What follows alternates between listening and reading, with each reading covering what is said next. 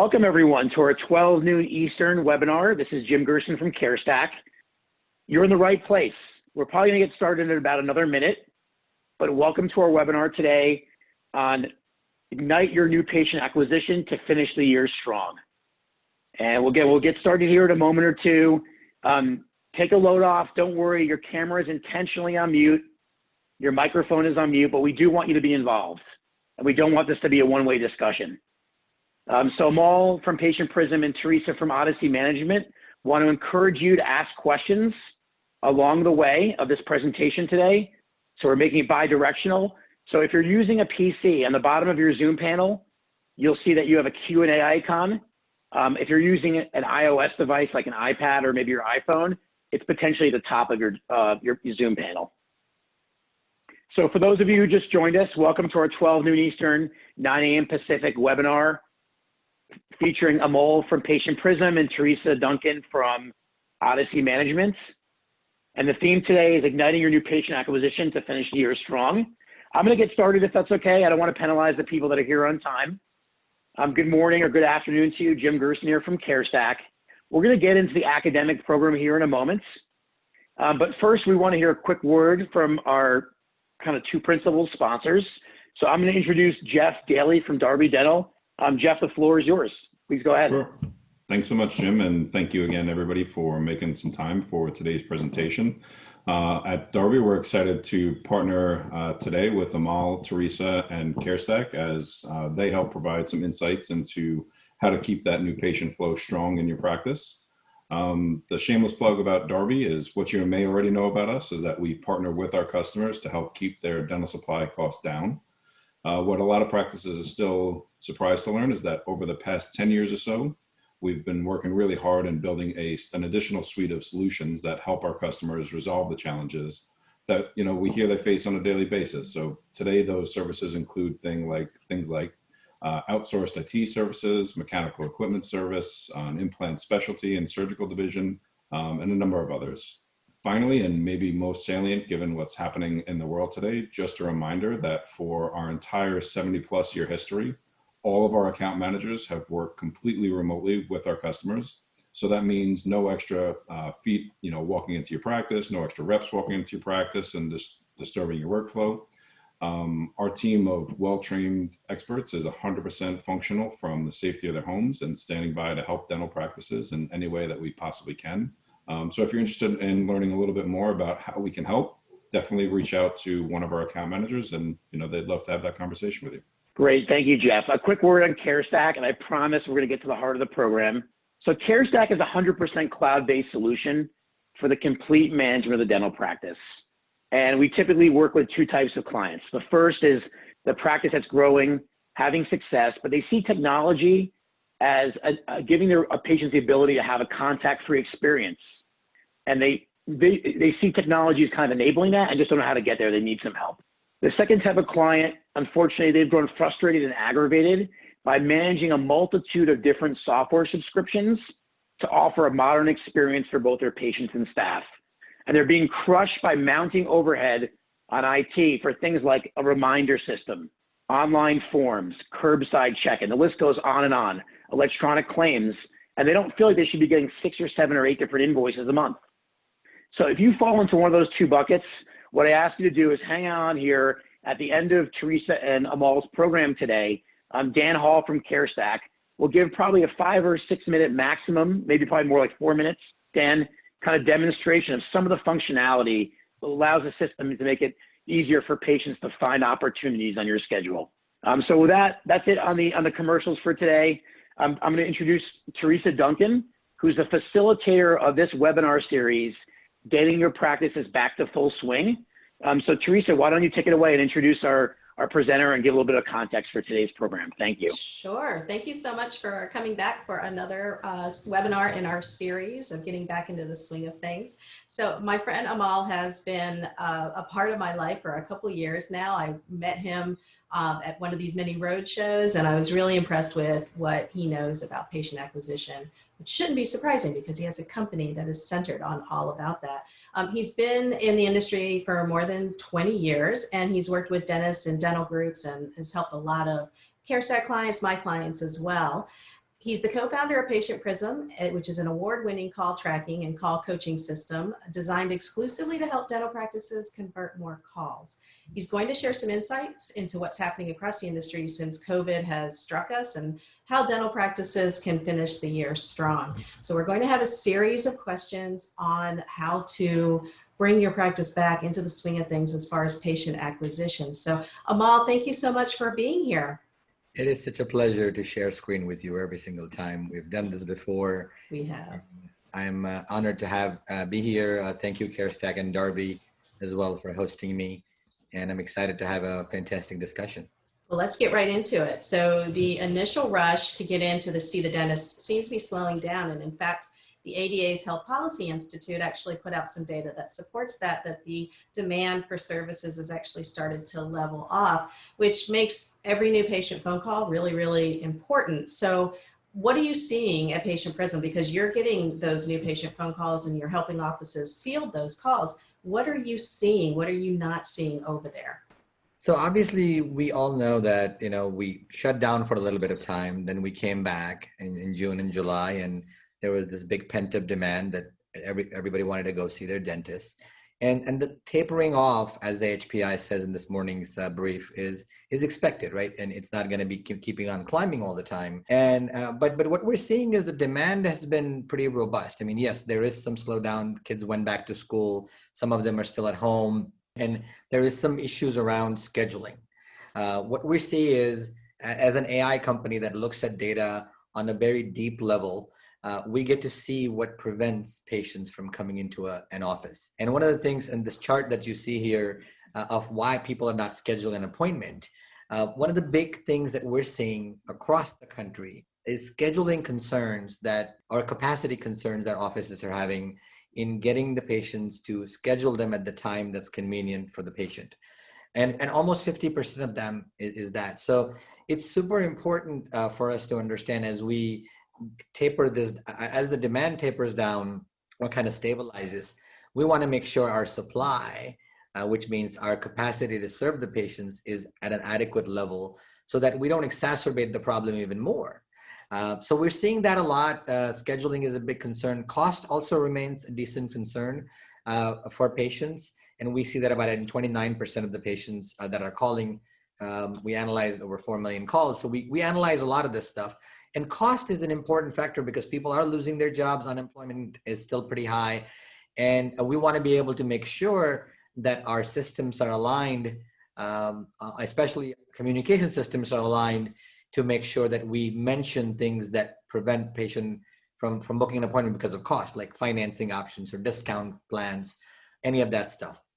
And that's where Patientprism has made the biggest difference, to tell you the truth, is identifying deeper insights into what prevents a patient from coming in. We're looking at 50% of the time it's schedule, about 30% of the time it's the cost.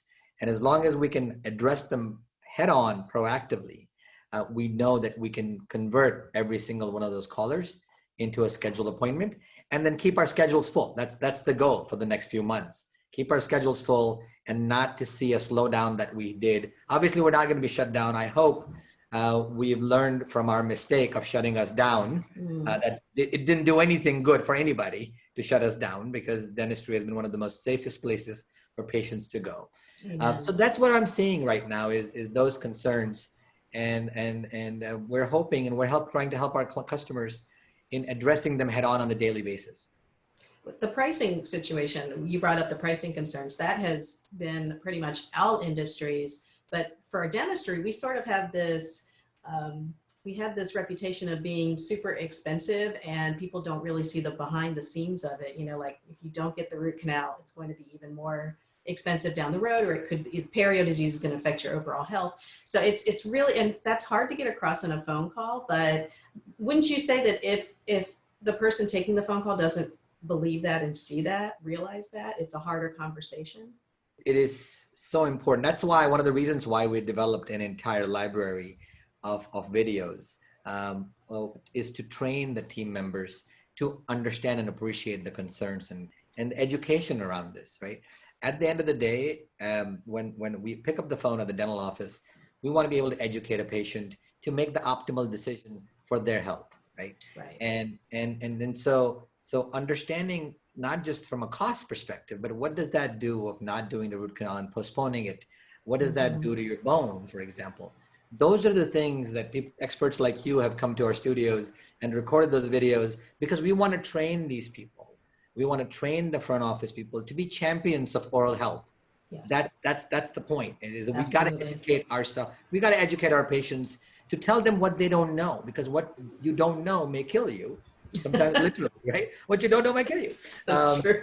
And in this case right now, when perio health is more important than ever before, when your periodontal health and it has a direct impact on your immunity, Yes. the amount of bacteria that goes into your bloodstream, those things, those are the conversations that we are monitoring right now. Like, make sure that we are addressing people's concerns so that they are moving towards coming into our offices.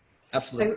I really like this slide. When the slide deck was going around and we were looking at it all, I was really excited about this because AI has been in the dental space for a long time, but I don't think a lot of people, well, not a long time, a decent amount of time. I don't think a lot of people understand the role in it. So can you walk us through the slide? And I'm excited to hear again how AI is helping train us, not replace us, but train us. Right. Yes, absolutely. And there is a misperception among people that, oh my God, there's going to be robots running around doing everything. And it's not that, right? The way AI functions today is it's a tool to make human beings more successful or make them more productive or understand things that are not easily understood.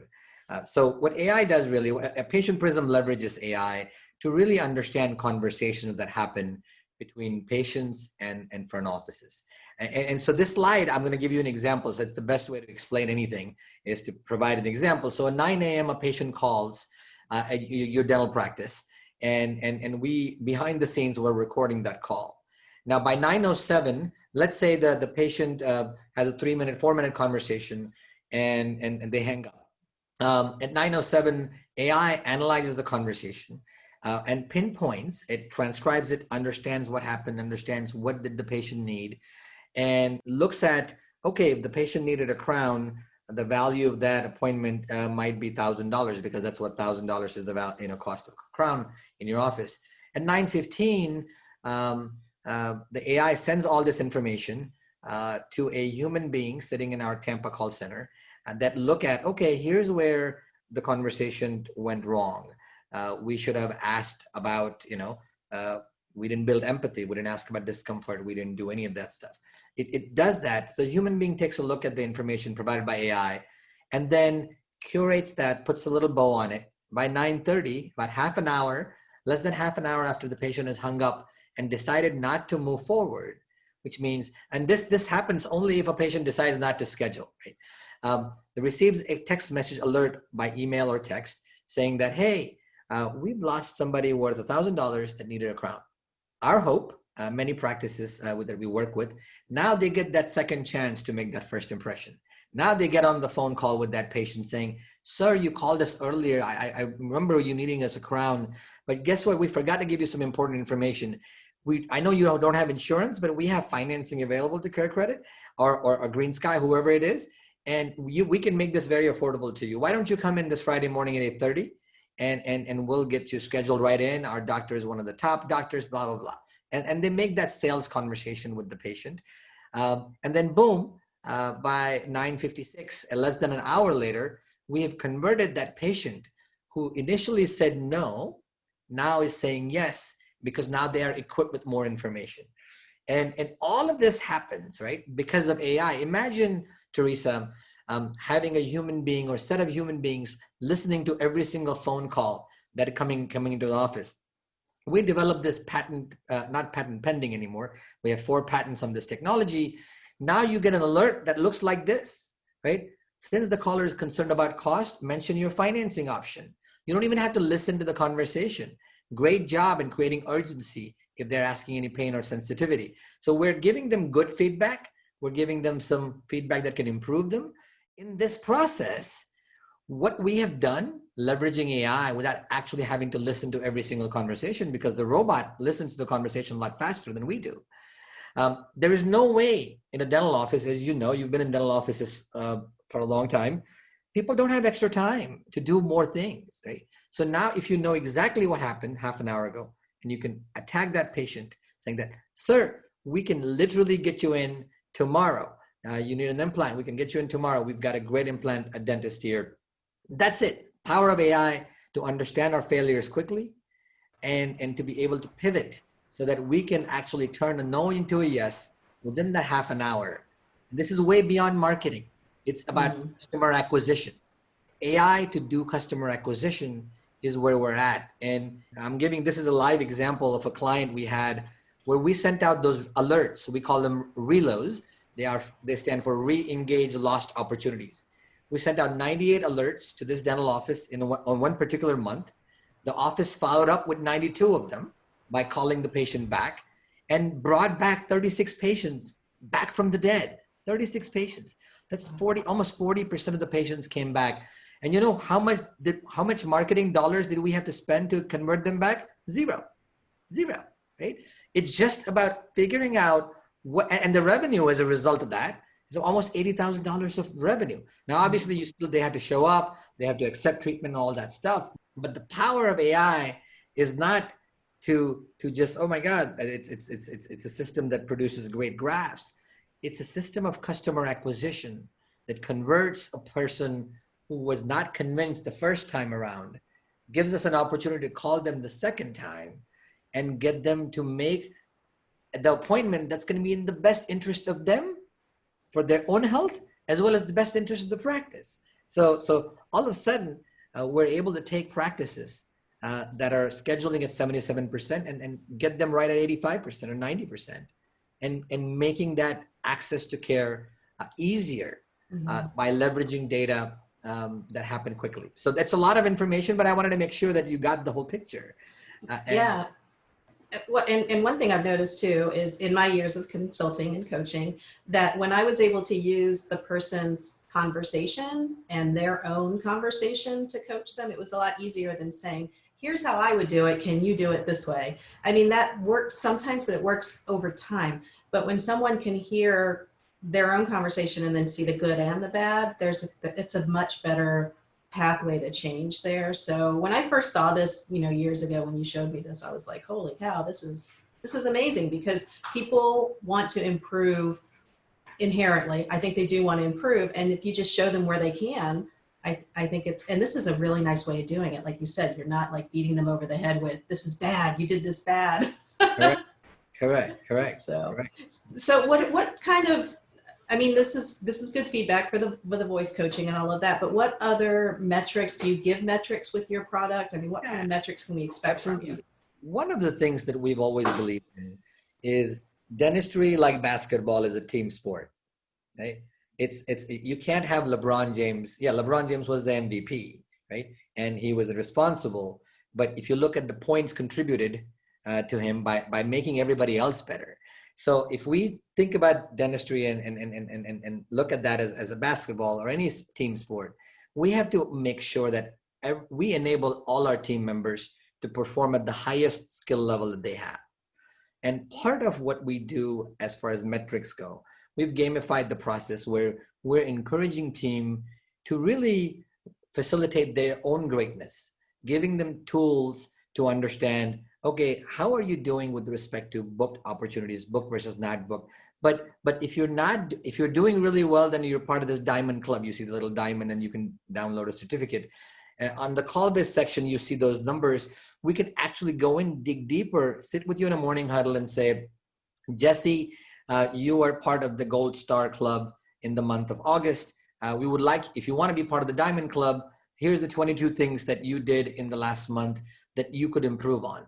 And 5 of them could be relating to, hey, you always forget to mention financing, or you always you don't really empathize with somebody when they're asking if they have pain. So it is a system that the report looks cool. It shows how your team members are bringing in revenue or losing revenue, but there's also a system to make them better and to give them constructive feedback that can move up that chain, right? Sometimes we love stars and diamonds, right? That's why people play Candy Crush. They like those things.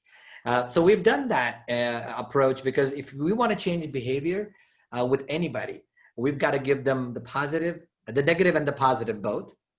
And that's the power of positive coaching, right? Positive coaching happens on every single phone call. And things like we tell people, make sure you ask the name of the caller, right? Ask about discomfort. Let them know you have financing options available. This means that we're not telling you, oh, you need to do a better job at doing this stuff. That's not it. Positive coaching means giving them specific things. Like you see coaches saying that, all you need to do is more rebounds, more rebound. All we need is more rebounds from you. That's what you need from a coach. And that's what we've done with Patientprism and AI is made that into a coach so that we are coaching the front team to be the star player so that everybody, the whole team wins. And that's the process. Can I interject for just a second, Amol? Sure, Do you mind? yeah. It's just totally an aside. This is the third time in 2 days where people have talked about gamification of the software or of the teaching, and I want people to, we kind of glossed over it because I think those are industry terms and we're getting more comfortable with it, but to the average office, that's really how a lot of adult education is going. That's how a lot of online learning is going. And so you as a leader of a practice should understand that gamification is one way of motivating your team to go step by step by step. It's like little achievements. And when I talk to my son about how he plays whatever he plays on Xbox now, he's a college student, who knows what he's playing, but it's all about reaching the next level, going on a campaign, getting this, getting that, getting this badge or whatever. And I never thought it would apply to coaching, this gamification, but here we are. And it's the small things. I mean, at the end of, if we look at Maslow's hierarchy, all of us need some fulfillment in life. All of us need recognition. We want to feel good. We spend a lot of time at work and we want to feel better about what we're doing. None of us want to suck at what we do. We always want to do better, right? We want to do better. And if there is a system that celebrates our successes and then coaches us when we fail a little bit and lifts us up, it's the best way to really bring about change in people's habits. And that's the power of software. It's not, gamification is just a tool for us to feel more fulfilled in things that we do. I think that's the name of your next book. None of us want to suck. That's the None of us want to suck. It is true. At some point when all this slows down, I will write a lot of experiences on how we have really, really inspired team members to feel good about their own selves, to feel good about the patient experience. Why that matters, right? Why the journey of the patient matters. This is not about money. It's about changing lives. And we are at the forefront of the health of the United States, of the world, as dentists, as dental team members, to really impact their health in such a monumental way. And if our team members at the front believe that we are going to change people's lives, then we've done a great job. We've made our country healthy, we've made our practices healthy, and we've made ourselves healthy by feeling that we're doing something to society that's improving it.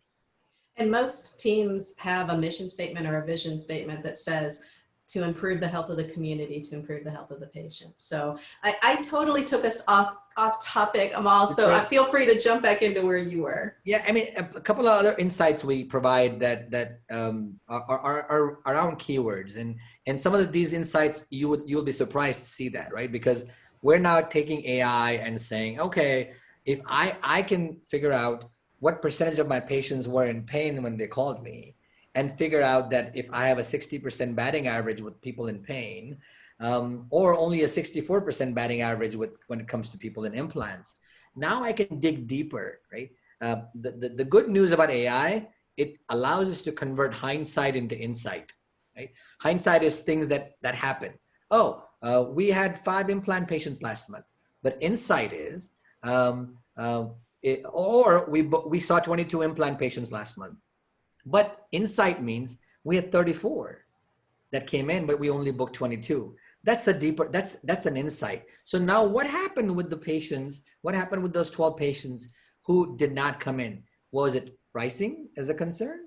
Was it lack of financing as a concern? Was it our scheduling as a concern? So one of the big things that distinguishes us from anybody else in the world in this space is this deep analysis of keywords and figuring out based on that, are we doing a good job at getting those particular type of patients in the door? For example, look at the Spanish speaking. Only 9 of 27 patients booked here that were Spanish speaking. That tells me either we don't have a Spanish speaking person at the front who is able to answer this in Spanish, or we have somebody who's super busy. So this is an operations issue, right? So what do we tell our clients based on this is that, guys, you've got a lot of patients who are speaking Spanish. We're not able to answer those calls. They're not going to schedule if you don't speak to them in Spanish. So maybe you should have that. Super powerful keyword insights that can literally change the way you acquire customers. This is interesting. I'm sorry. Can we go back one slide? It's interesting because the top conversion rates are cavities and the insurance. The pain, and we don't have to get into a long discussion about this, but I would think pain would have a higher conversion rate than insurance. Here's the thing, right? It goes back when you see that stuff. What's an insight is that we don't have room on our schedule for emergencies. That's what it tells us, right? We don't have blocks on our schedule that are open for same day appointments, that are open for emergencies. And that tells us that maybe we need to optimize the schedule a little bit better so that we have room for people who want to come in the same day or who need emergencies. Because we know, as we all know intuitively, that anybody who has a dental emergency has a lot more going on than just that tooth, right? Because obviously they're at a point where they need an extraction. So they've got lots going on. So we want to make sure that our schedules are optimized so that we can get these people in the door. And that's the insight that Patientprism gives you, that comes not just from, oh, we have AI. What does that do? It puts more patients in your chair. It helps you understand how you're addressing certain cohort of patients that are calling you. And besides that, and then we go into, where the patient's coming from. Some marketing analytics we provide you, obviously search engine is providing you, that everybody provides these. These are basics of a call tracking platform that provide, where are your patients coming from? Billboards, websites, social media, search engines. That's that. We have something called a performance report, and we show you call volume by the hour. And what this shows you is the red bars here are showing calls that were not connected to a live human being into a practice. And if you look at this, and I can just look at this stuff, like between 10 a.m. and 1 p.m. or 11 a.m. and 12 p.m., we had the most amount of not connected calls, which either means that all our front office staff went to lunch together. And I know they like to do all that stuff together. That's great. But we somehow forgot to answer the phone. And guess what? Other people our patients are going to lunch at the same time. And that's the only time they have time to call the dentist, right? So understanding what is going on. Sometimes it's not just about marketing. Sometimes it's not, let's spend more money on marketing to get new patients. Let's pick up the phone first. And that's the conversation our client success team has. Like, if we're missing calls during office hours, let's make sure we're staffed adequately at the front so that we don't miss calls when patients are trying to dial us. What's the point of spending all this money on marketing and us not picking up the phone? The patient's not going to wait to hear our call back. They're going to call the next dentist because they don't have time. And that's one of the metrics we do. We work with lots of group practices around the country. And we've got dashboards that give them options on various different offices. If you have 3 offices, and it's an enterprise dashboard, shows you, let's see how many voicemails did you get in business hours across your offices. Sometimes, what happens is we have so much data, Teresa, in the dental office, as you know. Sometimes it's easy to see a picture across all our offices and see, oh, wow, looks like the Lakeland office may need more staffing because we're getting a lot, but Dade City is doing okay. Davenport's doing okay, but Lakeland here needs more and more stuff. And it's to be able to see a broad spectrum of your stuff across your DSO or your enterprise or your group practice, whatever that might be, allows you to quickly make decisions about what can you do to fix your operations, fix your marketing, fix your staffing, any of that stuff. So those are some of the things that we have developed that are meant to really change the way you do business.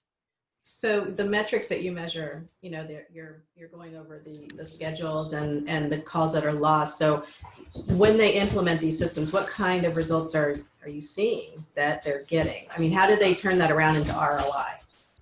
It's simple. I mean, the easiest way, well, we've seen all sorts of ways, right? We've seen people have doubled their new patient revenue within a month or 60 days by not adding a dollar to the dental practice. Even a group here in even endodontists. I mean, I didn't believe that endodontists would actually be affected, but we've had a group in Dallas that literally is saving almost 2 to 3 new root canal patients a week from doing that. People have come in. We have a group of 25 practices that implemented Patientprism, recovered $300,000 in revenue, in collected revenue in the first 6 months. From people who originally hung up the phone. Remember I showed you earlier where a patient doesn't schedule at 9 o'clock and then we send them an alert and then they come back the next time. This group actually recovered $300,000 of extra revenue in just 6 months from the second time follow-ups, right? So we've seen ROI anywhere between 10 to 40x within the first 60 to 90 days. And while at the same time optimizing their marketing. So in any business, we look at cost of acquisition of a customer, right? What is our cost of customer acquisition? So what we see with our clients is we've seen tremendous ROI. A lot of practices are able to cut their budgets, marketing budgets down and still achieve the same or higher amount of revenue. So tremendous. We are a very ROI driven company. Again, we're not a marketing platform. We're a customer acquisition platform. We are a team building platform. We are here to facilitate the team greatness so that they can acquire more customers. There's more butts in chairs every single day. And your airplane, if I could equate your operatory to an airplane or your dental office to an airplane, we want to make sure it flies every day with all the seats full. And there's no seats not full, right? That's the only way. Or if you're a hotel, you want to make sure your occupancy rate at a hotel is at the highest so that you're going to make the most amount of profit. And that's what Patientprism does. It puts more people in your chairs, more new patients in your chairs, and provides ROI almost instantly, sometimes within the first week. So I have some questions about best practices, but I wanted to just go back one question here. And I apologize. I was the one who actually muted you because I was trying to unmute myself. So sorry, I don't usually cut you off like that, Amol. No. So you mentioned the cost of patient acquisition, and I'm not sure if somebody's new to the industry, they're not sure why that matters or even how to get to that. Can you just speak briefly on why that's such an important metric? And more importantly, how's a good way to measure it or, guess at it if you don't have the data that you have? So a brief background, in about 2007, 2008 is when it really started, when dentistry moved from a referral model to a direct-to-consumer model. A direct-to-consumer model is where dentists started advertising directly to the end users, which is customers, and start advertising, whether it's, they were doing postcards before, but now digital marketing came about, Facebook, all that stuff. And now we're spending money to acquire a customer. And a lot of that is through campaigns like pay-per-click campaigns. Like, so you put a Google ad, it costs, every time a customer clicks on the ad, there is a dollar cost associated with that. Cost of customer acquisition is really the amount of money it takes to get a customer to, number one, find you, call you, come into your office and spend money with you. So if, let's say you put a Google ad, you spend $2,000, that generated in 20 clicks and 10 phone calls and 5 patients who came in. And those 5 patients divide by $2,000, right? So we got 5 patients for $2,000. That's $400, the cost of acquisition of a patient, right? Now, what you look at that, then you look at the revenue that came from that $2,000. And then you say, okay, well, I spent $2,000, but those 5 patients had $20,000 that they, and eventually the production or the collection was that. So I got a 10x return on investment on my, so I want to be able to, so if I can get, instead of the 5 patients that scheduled for $2,000, if I can get 8 patients scheduled, then you divide 2,000 by 8, then now my cost of acquisition has come down. and I've made more money and my return on investment is a lot more. And that's mindset shift we need in dentistry. It's not about just tracking marketing or spending more money on marketing. It's really, what is our cost of acquisition of a customer? And is it in line with what it is? And there is good metrics. If you work with a great marketer, you will know this. You have to know this number. What does it cost you to get a dental implant patient in your office? What does it cost? Is it 200? Is it 300? What does it cost to get an all-on-4? What does it need to do? Once you understand the math, and once you optimize the system to get these people in, then it's just a matter of, okay, if I spend $5, I'm going to get 20. How many $5 can I spend in order to get 20 until that evens out? That's how you grow practices nowadays, is really have the science behind marketing and sales conversion. And we're right in the thick of it by making sure that that does happen by looking at every single new patient opportunity. I love it. You and I could talk data all day, I think, because I have so many follow-up questions for you, but I know we need to move on because we had some objectives, and I know people sign up because of the objectives of the meeting. So I want to hear what the best practices that because you talk to so many people, you're in DSOs, private practices, you have to have come across some best practices that you like to promote as well. Can you share some of those with us? Yeah, I'll tell you from this earlier this morning, I was talking to a group practice in New York City, and they were saying that, people are still nervous about coming to the dentist, and that nervousness changes every single day based on how dependent they are on their personal echo chamber, which is Facebook, or the news channel, which depending on what spectrum you are on, you're watching total panic or no panic, right? Depending on where you are. So people's attitudes are changing every day. So one of the things we've seen inside best practices is people are using obviously automated reminders to confirm the appointments. But what's working really well is the telephone call to the office to confirm that appointment. If a doctor can do it, if the hygienist can do it the night before, it's golden. It's golden, right? Number one, it lets them know that, hey, it's okay to come back to the practice.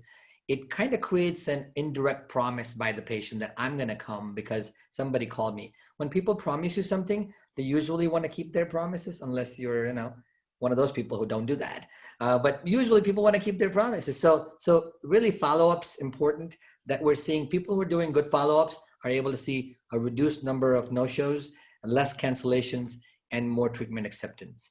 That's happening a lot.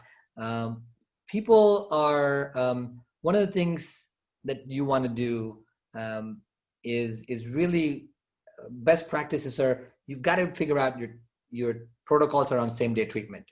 And again, this is nothing has to do with Patientprism, but we go and interview all these dental practices all the time. I'm like, what are you doing with same-day treatment? If you're not able to do same-day treatment, if that was not part of your protocols in the past, pre-COVID, it better be on your protocols today, because patients do not want to come back and back and back to get the same thing done. So what are those protocols? Do you have room on your schedule for that? So schedule optimization is something big, especially on large groups. They're focusing on that a lot. Let's make sure the patient's coming in, we leave an hour and a half. And if they need a crown, then we need to make sure that they are walking away at least with the temper, and we're starting treatment right away. So that's a great practice. But really around, and you talk about this in your book, people to say yes. How do you get to people say yes? Is that you earn their trust. You allay their concerns about cost and pain. Communication, and communication.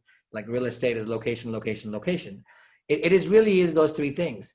If you advance the slide to the next one, one of the things we're doing is we're really focusing our clients on getting them to communicate better with the practice, whether it's on the phone, whether it's inside the office. And if you can over communicate and let them know and earn their trust, I think you won the battle, you won the war, and you've made a difference. So that's really the thing that I'm seeing that is impacting the most, is communication. So, and that brings up a whole different conversation about scheduling, because you can't talk about same-day treatment without making sure that your schedule is all set up, so your data is giving insight into other systems that need to be addressed. With the same day appointments, what I'm hearing a lot from offices is that they're picking up patients that no longer go to the dentist they had before because the dentist kind of disappeared. We know when the pandemic happened, they didn't really leave a good way of getting in touch with them, and people just moved on to another office because they were like, wait a second, Right. you know, I'm fine coming in, where are you guys? And so that's what I'm hearing is people are saying it's not just emergencies, it's I'm overdue, I want to see you guys, and finding a way to get them in. But at the same time, Amal, you can really run the risk of overflowing your schedule with quick, unprofitable, not unprofitable, but less profitable appointments. So it is a balance, right? You'd have to have that conversation with the team.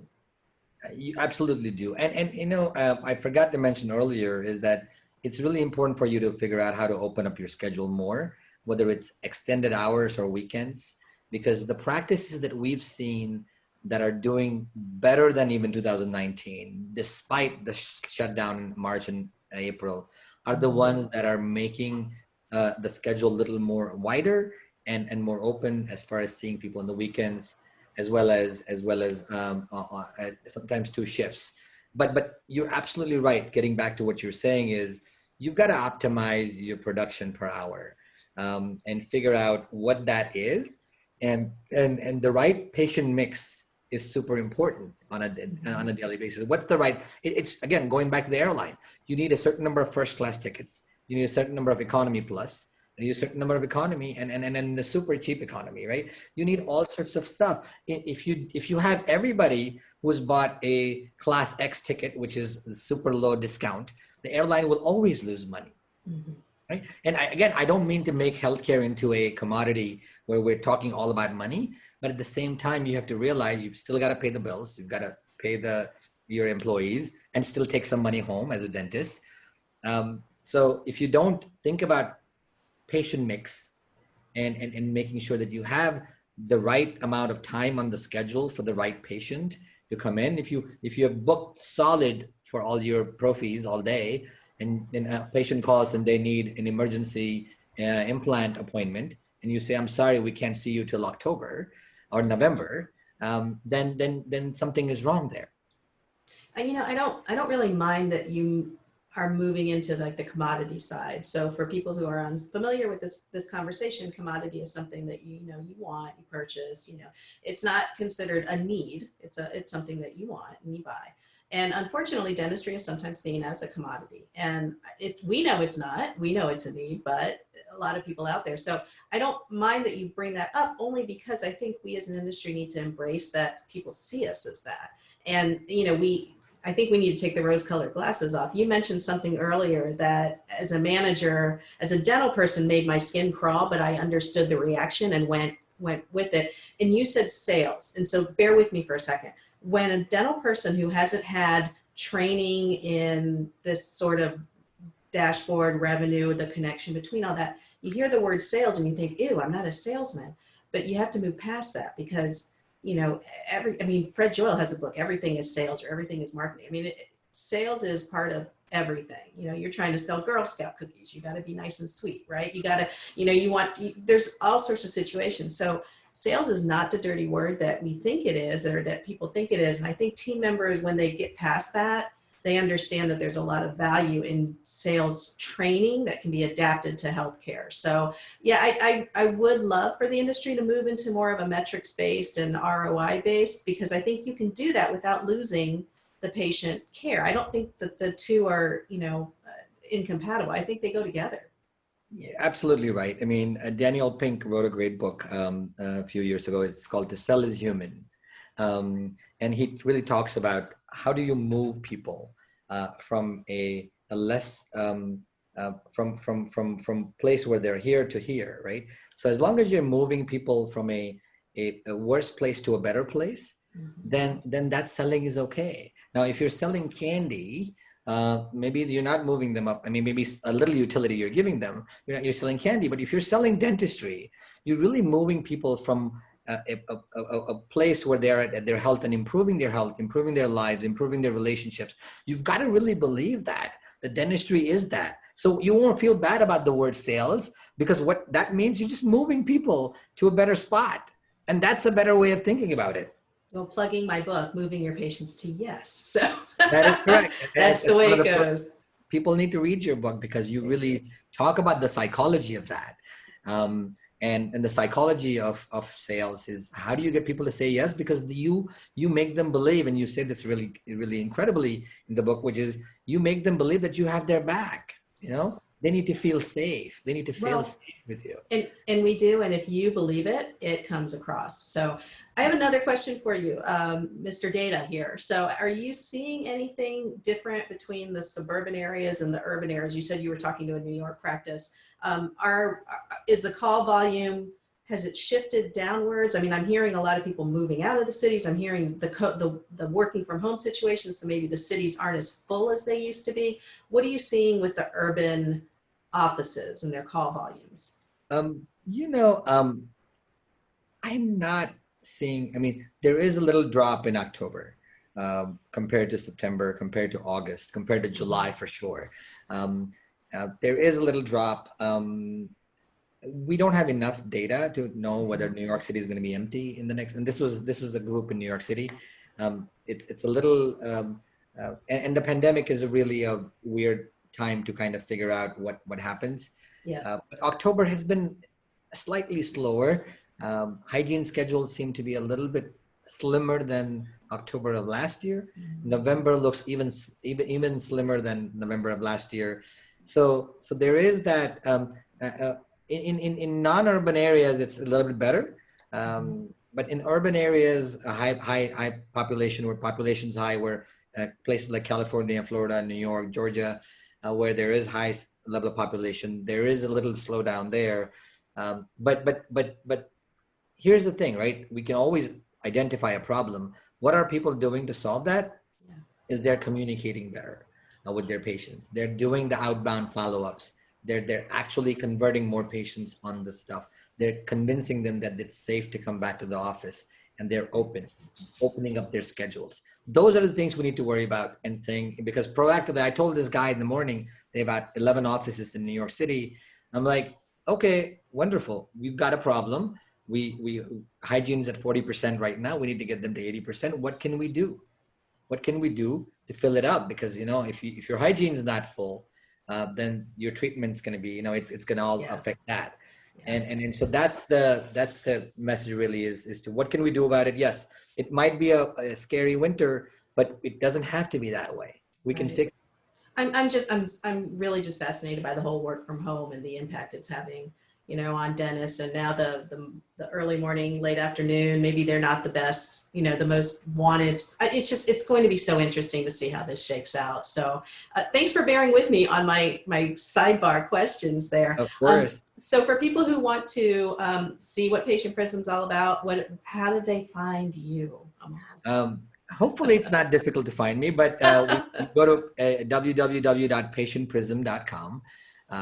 We produce a lot of content, as you know, a lot of resource for the industry. Go there, schedule a demo, have a conversation with our sales team, and find out for yourself if it's the right product for you. We're never going to sell it to you if it's not. We want to really help figure out what can we do to help you grow in this time. And if we're not the right fit for you, we'll tell you, like, hey, this is what you need to do first. Follow us on social media, Facebook at Patientprism, LinkedIn. I'm pretty active there. Follow me on LinkedIn as well. If you need more information from me, if you need to connect with me, email me at amol@patientprism.com. But at least have a conversation with us. Go to our website, and we'll be happy to at least problem solve whatever you're facing right now. We want to help. Maybe not directly through Patientprism if that's not the right fit, but we want to help. No matter what it is, we want to help this industry because I love being part of this industry. I think all of you guys are my family, and it is the most fulfilling thing that I've done in my life, is to serve this industry to the best of my capacities. Well, I can't wait to see you and to see you and Beth again, and we'll definitely be giving some virtual hugs when that happens. So I want to thank you very, very much for being a part of this and lending your expertise. And I hope you all do reach out to Patientprism. I just think they're an excellent company. So I'm going to turn this back over to Jim. Jim, welcome back. Sure. Amol and Teresa, thank you so much. It was really a tremendous program. Amol, can you do us a favor in the chat feature, if you can just put your contact information there in case people want to copy and paste it? if that's all right with you or Beth. But yeah, absolutely. One of the great insights I really took away, I never realized how many phone calls during the lunch hour just don't connect and go into oblivion. So that was a really interesting takeaway for us here at CareStack. So just a quick disclaimer to the audience. I'm going to introduce my colleague, Dan Hall, who has a dozen years of IT experience specific to dental, to kind of give a quick overview about how at CareStack we help patients say yes, how we get them to yes. In a similar vein to what Patientprism is doing, we're trying to make dentistry accessible. During Amol's presentation, he showed that bubble where patients want to contact with offices after hours, and they're doing that on the internet, right? They're looking for appointments, and you have to ask yourself, am I making my practice accessible to my patients? And we've heard from a lot of practices and clients that they don't want to go out and buy another software to add on to the stack of stuff they've already purchased. You know, can CareStack help them? And the answer is yes. We can make dentistry accessible to the patients that are looking to book online. So Dan, I'm going to turn it over to you, and you need to unmute your line if that's all right, and share your screen. That'd be great. Thank you for the introduction, Jim, and thank you, Amol. It was a great program. I was fascinated with the same piece that Jim was, and made me think as we're walking through here, you know, how can CareStack help in that space? So this is inside of our scheduler in CareStack, and you know, we get a lot of questions because we have online appointment booking, and we'll hear from offices like, "Whoa, hold on a second, I can't do that." Somebody's going to go and book a implant, you know, just randomly. But there's a lot of guardrails, right, when we're building out their CareStack that we can put up as far as in their production calendar, as far as what they can actually book. So you can see I have some hygiene areas highlighted here. So I'm going to hop into our online scheduler, which is going to be a button that's going to be installed on your website. Maybe you're putting it in your Google pay-per-click campaigns, your Facebook campaigns, anywhere where you want somebody to book an appointment. And here we're clicking over. This is where it would take them. So when you hit that button, I have an example of a website I'll show you as well too that has the button on there. So this way, as they're going over your website and people are hitting your website at night, maybe when you're not even open, they want to take action. This gives them the opportunity to do so. So this way they don't forget when it comes morning time and they're busy and brushing their teeth and trying to get the kids ready for virtual school and get off to work. They can actually just jump in here and say, yes, I'm an existing patient. I'm going to select my reason for my visit. It's going to be a cleaning. Search by zip code. And here it's going to pull me into a list of all the locations closest to me, put up a map. So this way, if it's a DSO, they can jump in here, find the closest location, or the solo practice, the single one. And it's going to show me the available time slots. Again, going back to CareStack, we had our production calendar, right? So I have these guardrails up. It's only pulling my hygiene that's available here at my locations. It's not just randomly pulling from the schedule. It's what I've put in place that they can book for. This way they can jump in here, find a time slot that's convenient for them. They're going to enter their name. And I am going to literally date myself with my date of birth. Hit next. And then it's going to ask the patient to authenticate themselves. So it's going to come up with an option to push out an email. So this way they can get the verification code. And at this point, I'm going to be doing two things at once here, so bear with me. I'm not a tremendous person at trying to do two tasks at once. So we're going to put in this verification code. And that's going to verify and book the patient. So now they're on the schedule. They've totally booked themselves at 1 in the morning if that's what their schedule allows. They're in there, but we also have visibility for the office. And you can see here there's a option now to click and advance forward and complete those forms as well too. So then that way, like Amol was saying, like if the front desk staff, they're wearing all these hats, it's important they answer the phone because patients can be calling as well too. Now they're not tasked with having to scan and shred forms with patients, and they can stay focused on the patient experience for those that are trying to call in and that are coming into the clinic. So then complete their forms, but I want to jump back to the schedule because you can see all of our online appointments that are booking, and I'm going to expand my view to some of my other locations because I believe I may have booked at a different location. You can see they're all highlighted in red. So it's not a mystery to the staff, like who's self-booked. So this way, Susie or Billy at the front desk, they can walk in the morning, they can see who's self-booked. They can also go to the online queue and have total visibility to those appointments that have landed on the schedule through the online tool. So this way, if they're still doing a welcome call if it's a brand new patient, to welcome them, to get some additional details that they may not put in the note, they can do that as well too. And they can view it in the scheduler here and it'll pull them right into those patients. So I'm going to pause there for a second. Jim, do you have eyes on the chat? I just want to make sure nobody in the audience has a question, because I know I covered a lot of content inside of CareStack. Yeah, Dan, there's one question about, Okay. Is there any kind of special design this requires in the website? Like, is there any kind of development that the practice has to do? Maybe you can just address that real quick. Thank you. That's a reminder. I'll pull up my website for Bright Smiles. Yeah, so your traditional website company is going to be able to add a button just like this one here. And there's no special code. If we go back inside of CareStack, under your practice settings, when you set up your online appointment booking, we go under our scheduler, online appointment booking. All you have to do is just give them that link. So we're not asking anybody to do any type of special coding. They give that link to their website, management company or developer, whoever's handling that for them, and they're going to be able to add that into the website, or like I said, their Google ads or maybe their Facebook ads as well too. And while we're on this page, here's some of the guardrails, right? When you're configuring your online appointment booking, you have a choice as far as like what information you're capturing from new patients and what you're going to make mandatory. And you can even, show what carriers and insurance you accept at the location as well too. So tons of guardrails you can put around that self-booking, and really easy to set up with the assistance of the company that's managing your website. Well, thank you for your time. Great, Jim, Dan. I'm going to pass it back to you. Yeah, I want to give the baton to Teresa here in a moment. Dan, if you can put your contact information Absolutely. in the chat feature as well. And if anyone's interested in learning more about this or other features of CareStack, you can either email Dan, go to carestack.com and book a demo. If you're more comfortable, talk to your Darby rep about it. That's fine too as well. So Teresa, I'm going to pass the baton to you. Closing thoughts, and maybe talk about our next program that we're doing the 29th. So back to you. Thank you. Sure. Yeah, no, I'm excited. This has been a really good webinar series. If you have not been able to see the other webinars, you should check out. They have it on the CareStack site. And also just send me an email or send Dan or Jim an email, and we'll be happy to send you those links as well. We've had some really good speakers. And yes, we have the next one coming up.